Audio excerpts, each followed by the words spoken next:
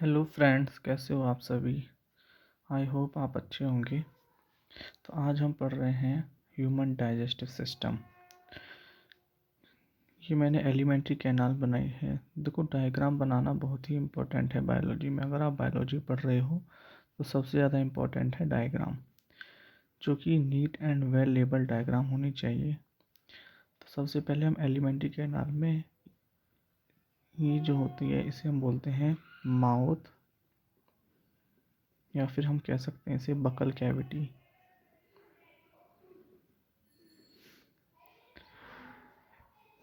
कि इसे हम कह सकते हैं फूड पाइप, या फिर ईसोफेगस भी कह देते हैं। यह स्टमक है,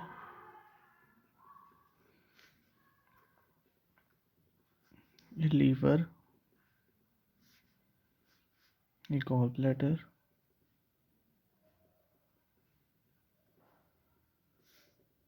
ये पैनक्रियाज, ये है स्मॉल इंटेस्टाइन,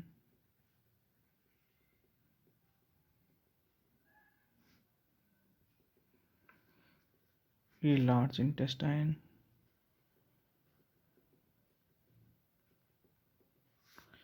इसे हम कहते हैं रेक्टम, ये है एनस। तो हम जो ह्यूमन डाइजेस्टिव सिस्टम जो पढ़ेंगे, हम डिटेल में पढ़ेंगे। तो ह्यूमन का जो डाइजेस्टिव सिस्टम है वो स्टार्ट होता है माउथ से।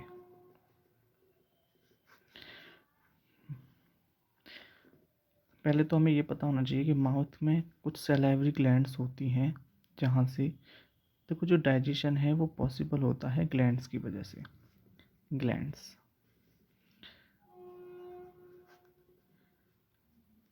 जिन्हें हम हिंदी में बोलते हैं ग्रंथि।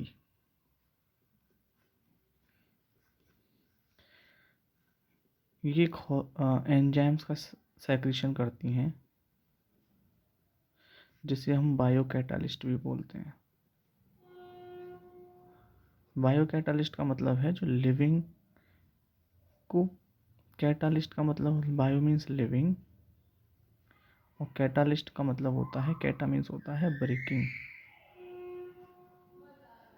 यानी कि तोड़ने वाला। तो अभी हम पढ़ेंगे। देखो, ग्लैंड्स जो हैं एंजाइम्स को सेक्रेट करती हैं, और जो कि एंजाइम ब्रेक करते हैं सॉलिड फूड को सिंपल में। उसी को हम डाइजेशन कहते हैं। ठीक है, यानी कि जो कॉम्प्लेक्स फूड है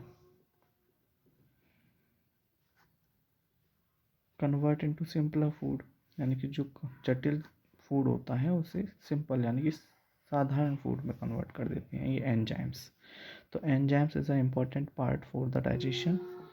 ठीक है, तो सबसे पहले हम माउथ पढ़ रहे हैं। तो माउथ में ये पता होना चाहिए कि एक सैलाइवरी ग्लैंड होती है,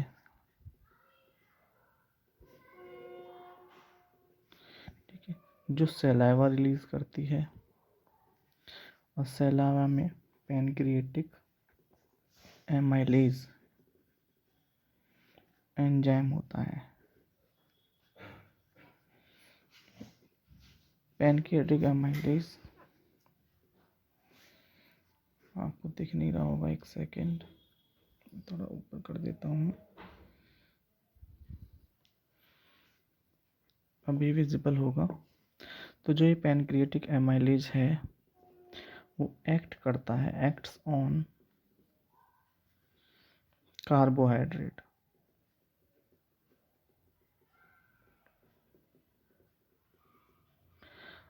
जिसे हम बोलते हैं पॉलीसैकेराइड।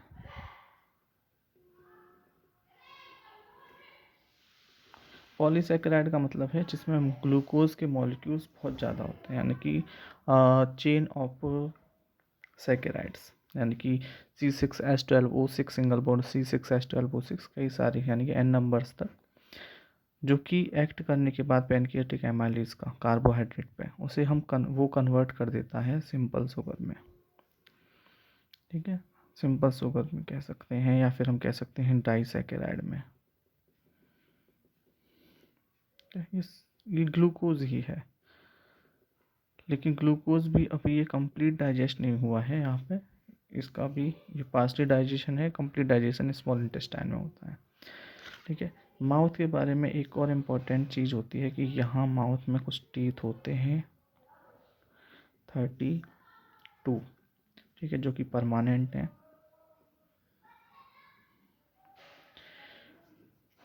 अब एक है टूथ डिके बोलते हैं, यानी कि कुछ दिन जो दांत होते हैं उनमें कुछ कमी हो जाती है कि एक बैक्टीरिया जो माउथ के अंदर होते हैं वो दांतों के ऊपर जो लेयर होती है, स्ट्रॉन्ग लेयर, जैसे ये टीथ है, इसके ऊपर एक हार्ड कवरिंग होती है जिसे हम कहते हैं एनिमल।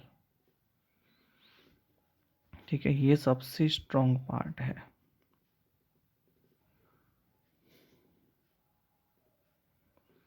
ठीक है, ये एनिमल जो है स्ट्रॉन्ग पार्ट होता है पूरी बॉडी के अंदर, बोन से भी ज़्यादा स्ट्रॉन्ग पार्ट है ये एनिमल। ठीक है, तो जो हमारी माउथ के अंदर, अब तुम देखो, सपोज करो आप कुछ शुगर खाई और आपने माउथ फ्रेश नहीं किया, कुल्ला नहीं किया और आप ऐसे ही सो गए, तो हमारे माउथ के अंदर जो शुगर होती है, जो अंदर बैक्टीरिया भी होते हैं, ठीक है, तो वो बैक्टीरिया इस शुगर को कन्वर्ट कर देते हैं एसिड में, और वो एसिड धीरे धीरे इस एनिमल की कवरिंग को हटा देता है, गला देता है, जिससे हमारी दांतों में कैविटी हो जाती है, सड़ने लगते हैं दांत। ठीक है, तो ये जो एनिमल है, it is a sealed for teeth, तो ये टीथ के लिए कवच का काम करता है। तो it is the strongest part for the teeth. ठीक है, अब एक और होती है कि बैक्टीरिया की प्लस येलोइश कलर की एक लेयर होती है जिसे हम बोलते हैं प्लेक। ठीक है, ये भी इम्पोर्टेंट पार्ट है। ठीक है, ये भी पता होना चाहिए कि प्लेक क्या होता है। बैक्टीरिया प्लस येलो कलर की एक लेयर होती है जिसे हम प्लेक कहते हैं। ठीक है, तो एनिमल पता चल गया एनिमल क्या है और प्लेक क्या है। ठीक है, दोनों ही इम्पोर्टेंट पार्ट हैं। ठीक है, बोर्ड एग्ज़ाम के लिए भी। अब हम आगे चलते हैं, नेक्स्ट पार्ट है, देखो माउथ में डाइजेशन हो गया, माउथ में सैलाइवरी ग्लैंड होती हैं, सैलाइवरी ग्लैंड सैलाइवा रिलीज करती है, और सैलाइवा में पैनक्रियाटिक एमाइलेज एक एंजाइम होता है जो कि एक्ट करता है कार्बोहाइड्रेट पे, कार्बोहाइड्रेट कन्वर्ट हो जाती है ग्लूकोज में। ठीक है, अब हम आगे चलते हैं, अब आता है सेकंड नंबर पे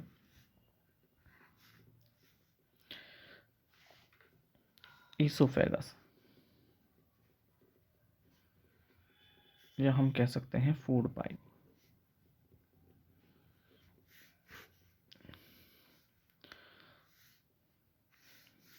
देखो ईसोफेगस में कोई भी ग्लैंड नहीं होती, oesophagus has not any gland, यानी कि नो ग्लैंड्स। जब नो ग्लैंड है तो नो एंजाइम। ठीक है, देखो ग्लैंड से ही एंजाइम रिलीज होते हैं, जब ग्लैंड ही नहीं है तो एंजाइम ही नहीं होंगे, और तो एंजाइम नहीं होंगे तो डाइजेशन भी नहीं होगा। ठीक है, नो डाइजेशन।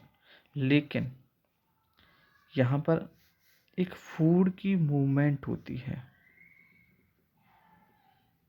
ठीक है, फूड मूवमेंट होती है जिसे हम बोलते हैं पेरिस्टाल्टिक मूवमेंट।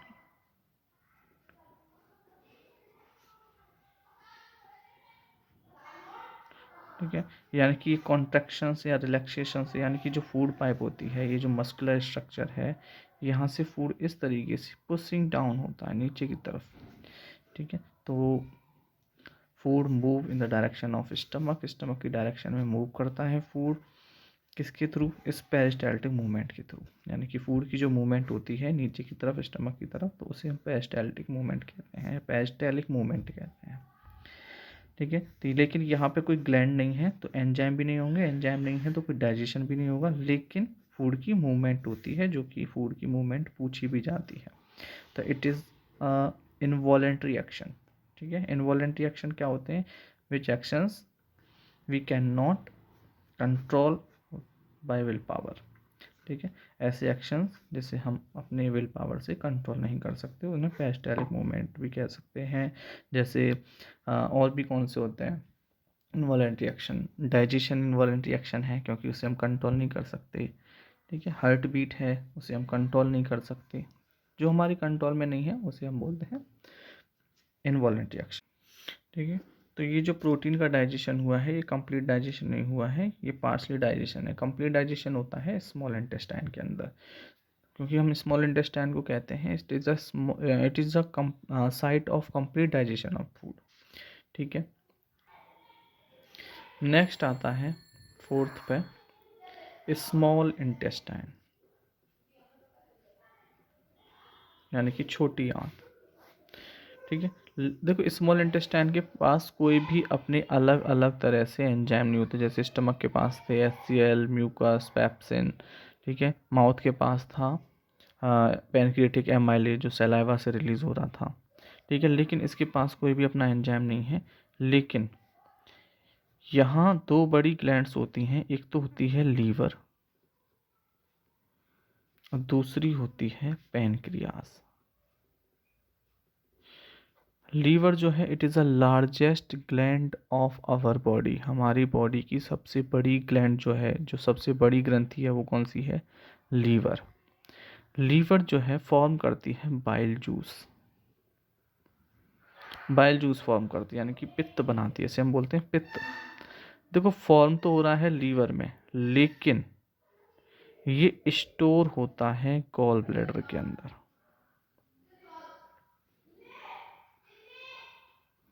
गॉल ब्लैडर में, ठीक है, जिसे हम बोलते हैं पित्त की थैली। ब्लैडर का मतलब होता है थैली।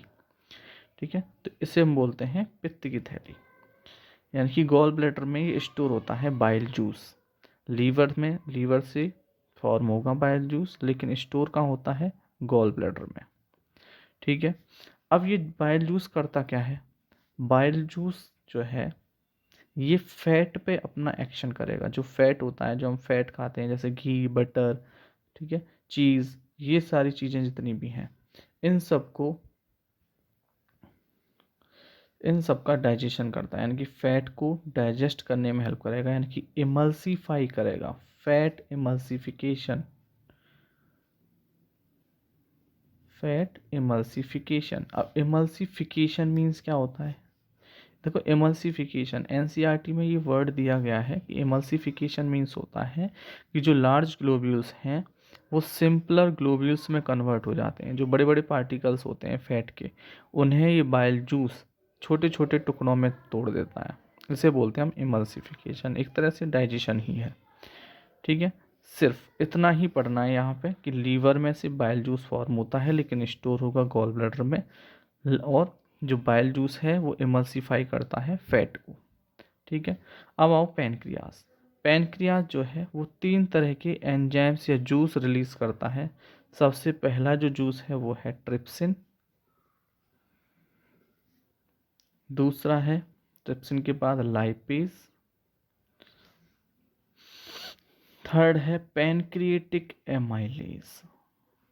ठीक है, ध्यान से समझना, ये जो एमाइलेज है, ठीक है, एक माउथ में भी एमाइलेज आया था जिसे हम बोलते थे सैलाइवरी एमाइलेज। यहाँ जो ये एमाइलेज है वो है पैनक्रिएटिक एमाइलेज, जो कि पैनक्रियास से रिलीज हो रहा है। ये जो ट्रिप्सिन है, ये ट्रिप्सिन याद करो, अभी हमने पढ़ा है कि इस जो स्टमक है उसके अंदर प्रोटीन का डाइजेशन हो रहा है, जो कि कौन सा एंजाइम करा रहा है? पेप्सिन। वो कंप्लीट डाइजेशन नहीं था प्रोटीन का।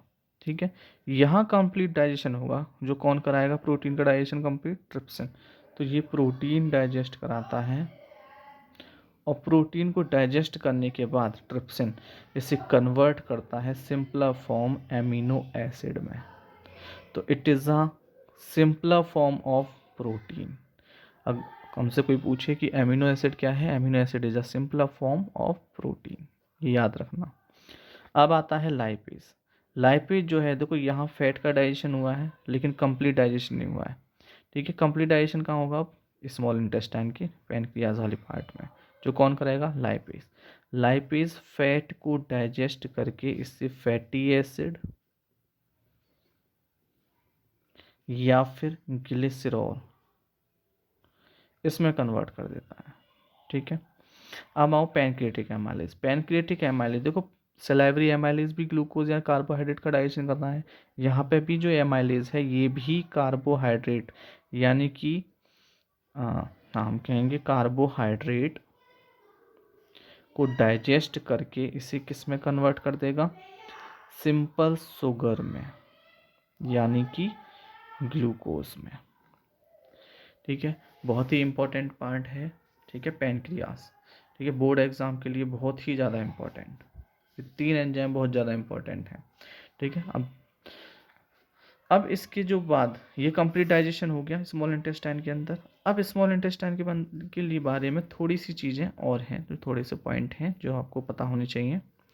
देखो, स्मॉल इंटेस्टाइन का जो साइज़ होता है, जो लेंथ होती है, वो होती है 6 से लेकर के 7.5 मीटर लॉन्ग, मीटर में लॉन्ग होती है। ठीक है, और जो स्मॉल इंटेस्टाइन का जो साइज है वो हर्बीवोरस एनिमल्स में और कार्निवोरस एनिमल्स में दोनों में अलग अलग होता है।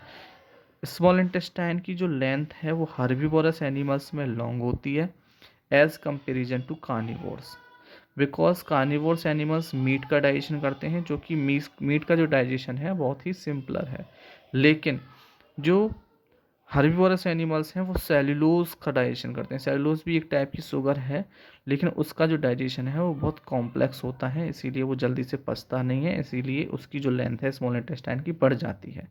क्योंकि स्मॉल इंटेस्टाइन की, देखो ये स्मॉल इंटेस्टाइन है, मानो ये ट्यूब है इसकी, इसके अंदर ऐसे फिंगर लाइक प्रोजेक्शंस बने होते हैं बहुत ज़्यादा। ठीक है, जैसे फूड आया, ठीक है, डाइजेस्ट हुआ, डाइजेस्ट के बाद ये यहाँ ब्लड के थ्रू इसमें आएगा, स्मॉल इंटेस्टाइन में घूमता रहेगा। तो ये जो फिंगर लाइक प्रोजेक्शन है ये एब्जॉर्प्शन करेंगे, इसकी एब्जॉर्ब करेंगे इसे। ठीक है, न्यूट्रिएंट्स को अलग कर देंगे इसमें से। ठीक है, ये घूमते रहते हैं, ऐसे मूव करते रहेंगे फिंगर लाइक प्रोजेक्शन, इसे हम बोलते हैं विली। ठीक है, विली, VILLI। ठीक है, ये जो है ऐसे फिंगर लाइक प्रोजेक्शन ऐसे मूव करते रहते हैं इसमें, जिससे क्या होंगे, जो ब्लड के थ्रू आते हैं सारे न्यूट्रिएंट्स, ठीक है, उनसे ये एब्जॉर्ब हो जाते हैं, एब्जॉर्प्शन हो जाता है इन सबका। ठीक है, न्यूट्रिएंट्स को सेपरेट कर देते हैं। अब इसके बाद नेक्स्ट आती है लार्ज इंटेस्टाइन।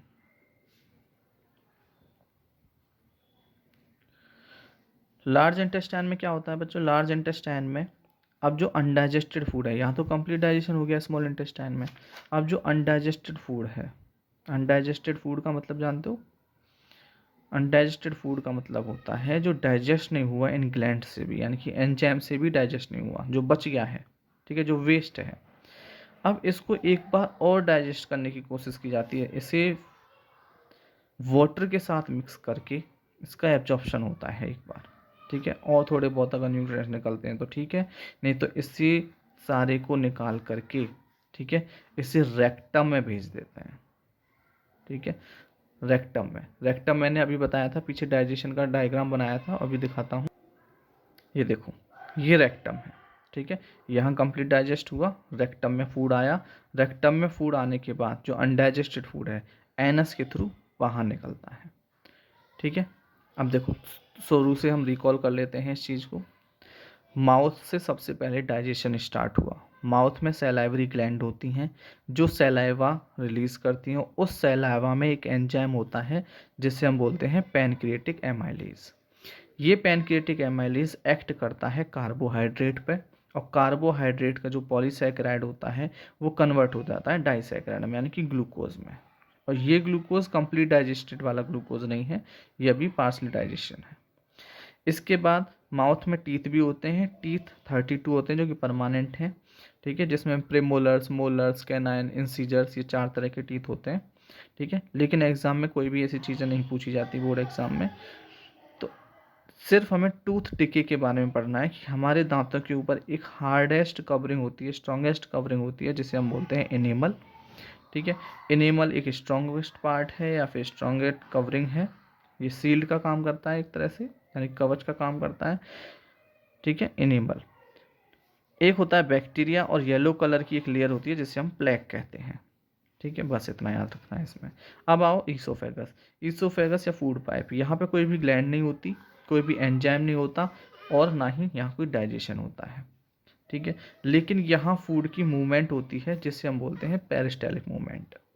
ठीक है, अब इसके बाद आते हैं स्टमक। स्टमक में गैस्ट्रिक ग्लैंड्स होती हैं, gastric glands gastric juice release करती हैं। गैस्ट्रिक जूस 3 तरह के होते हैं, HCl, म्यूकस और पेप्सिन। HCl माइक्रोब्स को किल करता है, माइक्रोब्स जैसे कि बैक्टीरिया हो गए, ठीक है, इन सबको किल करेगा।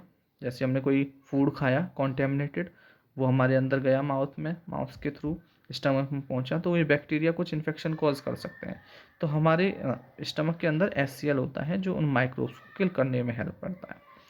फिर आता है म्यूकस। म्यूकस प्रोटेक्शन करता है फ्रॉम HCl। HCl एक स्ट्रॉन्ग एसिड है, अगर ये ज़्यादा बढ़ने लगा, ठीक है, स्टमक के अंदर अगर ये इसकी क्वांटिटी बढ़ गई तो ये इनर लाइनिंग को बर्न कर सकता है। तो इसे बचाने के लिए हमारे स्टमक की इनर लाइनिंग से ये रिलीज हो। अब हम पढ़ते हैं स्मॉल इंटेस्टाइन। नेक्स्ट पार्ट था स्मॉल इंटेस्टाइन, जिसकी लेंथ होती है 6 से लेकर के 7.5 मीटर लॉन्ग। यहाँ पर कोई भी ग्लैंड्स नहीं होती, इसकी कोई एंजाइम नहीं होता, लेकिन इसकी पास इसके ऊपर 2 ग्लैंड्स होती हैं जो कि लीवर और पैनक्रियास हैं। लीवर बाइल जूस सेक्रेट करती है, जिसमें जो कि स्टोर होता है गॉल ब्लैडर के अंदर। लेकिन जो बाइल जूस है वो फैट को डाइजेस्ट करने में हेल्प करता है, यानी कि इमल्सिफिकेशन करता है फैट का। नेक्स्ट है पैनक्रियास। पैनक्रियास 3 तरह के जूस रिलीज करती है, ट्रिप्सिन, लाइपेज और pancreatic amylase. Trypsin protein digest करती है और एमिनो एसिड में कन्वर्ट करती है। लाइपेज फैट डाइजेस्ट करती है, फैटी एसिड में ग्लिसरॉल में कन्वर्ट करती है। और जो पैनक्रियाटिक एमाइलेज है वो कार्बोहाइड्रेट को डाइजेस्ट करता है, जो कि सिंपल शुगर या ग्लूकोज में कन्वर्ट हो जाता है, ठीक है। ग्लूकोज का फॉर्मूला होता है C6H12O6, ये सबको पता होना चाहिए। अब है large intestine. Large intestine undigested food plus water के साथ मिलकर के एब्जॉर्प्शन होता है इसका, ठीक है। एब्जॉर्प्शन करने के लिए, अब देखो अगर हमसे कोई पूछे कि एब्जॉर्प्शन की साइट क्या है फूड की, तो हम बोलेंगे स्मॉल इंटेस्टाइन, ठीक है, क्योंकि वो डाइजेस्टेड फूड की है। अनडाइजेस्टेड फूड की वाटर के साथ एब्जॉर्प्शन कौन करता है? लार्ज इंटेस्टाइन, ठीक है। अब जो अनडाइजेस्टेड फूड है वो रेक्टम में भेज दिया जाता है, रेक्टम के थ्रू वो एनस से निकल जाता है बाहर, जिससे हम प्रोसेस को बोलते हैं egestion. Egestion is the elimination of wastage food, ठीक है, यानी कि फूड की बाहर निकालने की जो प्रोसेस होती है, जो अनडाइजेस्टेड फूड को बाय प्रोडक्ट को बाहर निकालने की प्रोसेस, उसे हम इजेशन कहते हैं। तो जो ह्यूमन का जो डाइजेशन है वो 5 प्रोसेस में कंप्लीट होता है। सबसे पहली है इंजेशन, दूसरी है डाइजेशन, तीसरी है एब्जॉर्प्शन, चौथी है एसिमिलेशन और 5वीं है इजेशन। देखो इंजेशन का मतलब है intake of food, intake of food, समझो इसे। इन लगा हुआ है, इनका मतलब हम इसी फूड को अंदर खा रहे हैं। इनका मतलब क्या होता है? अंदर। तो इनटेक का मतलब भी क्या है? हम अंदर ले रहे हैं, यानी कि इनटेक ऑफ फूड, हम फूड को अंदर खा रहे हैं। डाइजेशन का मतलब है complex food convert into the simpler food with the help of enzymes. Enzymes की हेल्प से जो कॉम्प्लेक्स फूड है वो कन्वर्ट हो जाता है, यानी कि complex food convert into simpler food. Absorption का मतलब होता है कि जो डाइजेस्टेड फूड है यानी कि न्यूट्रिएंट्स हैं वो सारे कहाँ चले जाते हैं? ब्लड में। एसिमिलेशन क्या है? एसिमिलेशन का मतलब है जो एब्जॉर्प्शन के बाद जो ब्लड में पहुँचे हैं सारे जो न्यूट्रिएंट्स हैं उनको यूटिलाइज करना, ठीक है। जितने भी बॉडी पार्ट्स हैं, सेल्स हैं, टिश्यूज़ हैं, वहाँ तक उन्हें प्रोवाइड कराना न्यूट्रिएंट्स को, उस प्रोसेस को एसिमिलेशन कहते हैं। एजिशन है अनडाइजेस्टेड फूड को बॉडी से एलिमिनेट करना, उसे बाहर निकालना, उस प्रोसेस को हम एजिशन कहते हैं, ठीक है। तो आज का जो सेशन है वो अगर वो समझ में आया हो तो आप लाइक करें, शेयर करें, कमेंट करें, ठीक है। Thank you.